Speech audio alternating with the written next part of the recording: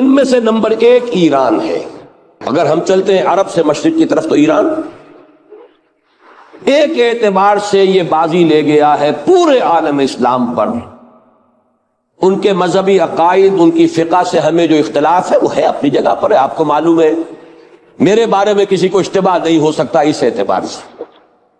میری جس درجے دشمنی رکھی گئی ہے، جس طرح میرے سر کا جو ہے مطالبہ ہوتا تھا، 2 ہی آدمی تھے پاکستان میں کہ جن کے سر مانگے گئے، ایک کراچی کے وہ شاہ بلیغ الدین صاحب اور ایک نے، تو اس حوالے سے وہ اپنی جگہ پر اختلاف ہے، لیکن اس حقیقت کا اعتراف کیے بغیر نہیں رہا جا سکتا پورے عالم اسلام میں یہ واحد مسلمان ملک ہے جس نے بہرحال اپنی شریعت اپنے عقائد کے مطابق ایک مذہبی انقلاب برپا کیا ہے، اور پورے عالم اسلام میں مذہبی سطح پر حکومت کی سطح پر فنڈامنٹلسٹ صرف ایک ملک ہے، یا دوسرا جو ہے تھوڑا سا وہ ہے سوڈان، لیکن اس کی اہمیت اس لیے نہیں کہ وہ کسی عوامی انقلاب سے نہیں بنا، بلکہ وہ تو ایک فوجی انقلاب سے شکل بنی ہے جو بھی بنی ہے۔ اللہ کرے اس میں استقامت ہو، اس سے یقینی کوئی نتیجہ برآمد ہو جائے۔ خبریں بھی اچھی آ رہی ہیں، لیکن میں تو دنیا کا جو پرسپیکٹو ہے اس کے حوالے سے عرض کر رہا ہوں کہ اس پہلو سے ایران ان کا ٹارگٹ ہے، ٹارگٹ نمبر 1 ایک خاص اعتبار سے۔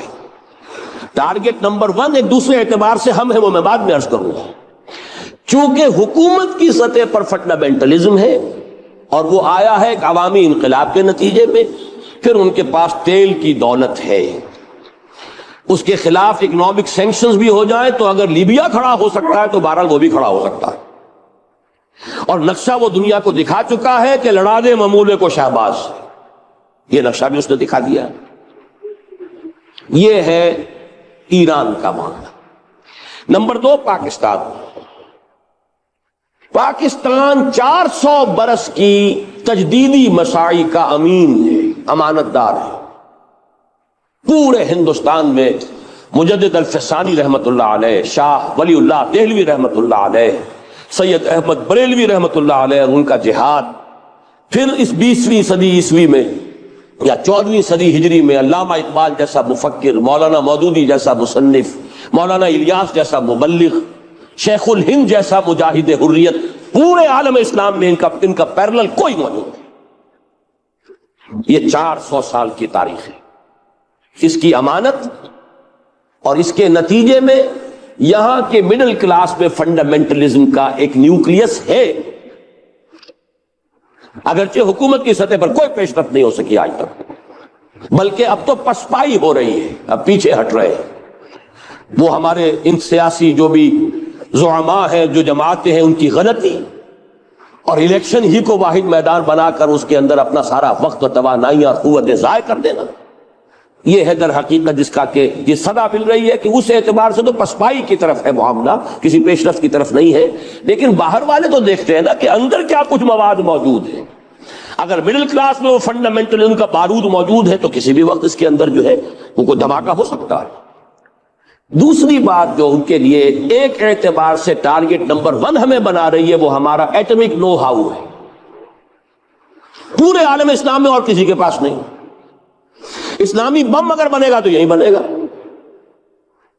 یہ ہے مختلف اسباب جس کے بنا پر ایران اور پاکستان کو آپ بریکٹ کر لیجئے، یہ اس نیو ورلڈ آرڈر یا آج کی میری گفتگو کے حوالے سے یہودی اور عیسائی گٹھ جوڑ کا جو ٹارگٹ نمبر 1 ہے، ایک اعتبار سے ایران ہے، ایک اعتبار سے پاکستان۔ ان میں سے نمبر 1 ایران ہے۔ اگر ہم چلتے ہیں عرب سے مشرق کی طرف تو ایران ایک اعتبار سے یہ بازی لے گیا ہے پورے عالم اسلام پر۔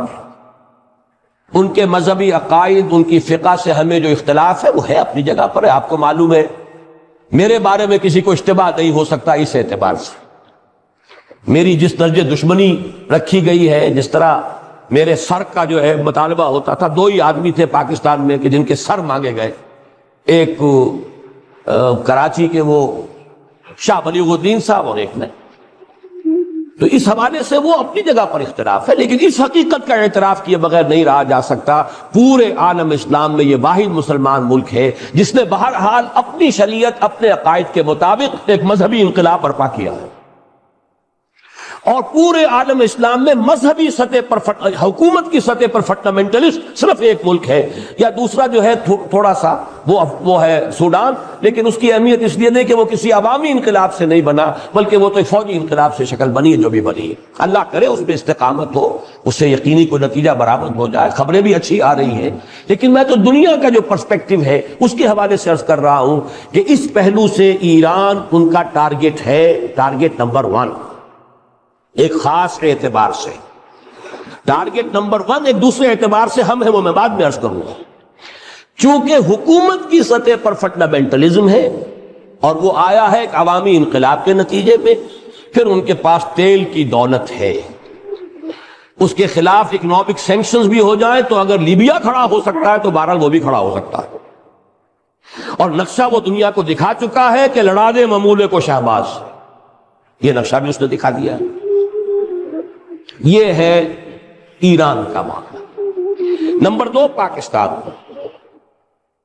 پاکستان 400 برس کی تجدیدی مساعی کا امین ہے، امانت دار ہے۔ پورے ہندوستان میں مجدد الفسانی رحمت اللہ علیہ، شاہ ولی اللہ دہلوی رحمت اللہ علیہ، سید احمد بریلوی رحمت اللہ علیہ، ان کا جہاد، پھر اس 20ویں صدی عیسوی میں یا 14ویں صدی ہجری میں علامہ اقبال جیسا مفکر، مولانا مودودی جیسا مصنف، مولانا الیاس جیسا مبلغ، شیخ الہند جیسا مجاہد حریت، پورے عالم اسلام میں ان کا پیرلل کوئی موجود نہیں۔ یہ 400 سال کی تاریخ ہے، اس کی امانت، اور اس کے نتیجے میں یہاں کے مڈل کلاس میں فنڈامنٹلزم کا ایک نیوکلیس ہے، اگرچہ حکومت کی سطح پر کوئی پیش رفت نہیں ہو سکی آج تک، بلکہ اب تو پسپائی ہو رہی ہے، اب پیچھے ہٹ رہے ہیں۔ وہ ہمارے ان سیاسی جو بھی زعماء ہیں، جو جماعتیں ہیں، ان کی غلطی اور الیکشن ہی کو واحد میدان بنا کر اس کے اندر اپنا سارا وقت اور توانائیاں اور قوتیں ضائع کر دینا، یہ ہے در حقیقت جس کا کہ یہ صدا مل رہی ہے کہ اس اعتبار سے تو پسپائی کی طرف ہے معاملہ، کسی پیش رفت کی طرف نہیں ہے۔ لیکن باہر والے تو دیکھتے ہیں نا کہ اندر کیا کچھ مواد موجود ہے۔ اگر مڈل کلاس میں وہ فنڈامنٹلزم کا بارود موجود ہے تو کسی بھی وقت اس کے اندر جو ہے وہ کوئی دھماکہ ہو سکتا ہے۔ دوسری بات جو ان کے لیے ایک اعتبار سے ٹارگٹ نمبر 1 ہمیں بنا رہی ہے، وہ ہمارا ایٹمک نو ہاؤ ہے۔ پورے عالم اسلام میں اور کسی کے پاس نہیں۔ اسلامی بم اگر بنے گا تو یہی بنے گا۔ یہ ہے مختلف اسباب جس کے بنا پر ایران اور پاکستان کو آپ بریکٹ کر لیجئے، یہ اس نیو ورلڈ آرڈر یا آج کی میری گفتگو کے حوالے سے یہودی اور عیسائی گٹھ جوڑ کا جو ٹارگٹ نمبر 1 ہے، ایک اعتبار سے ایران ہے، ایک اعتبار سے پاکستان۔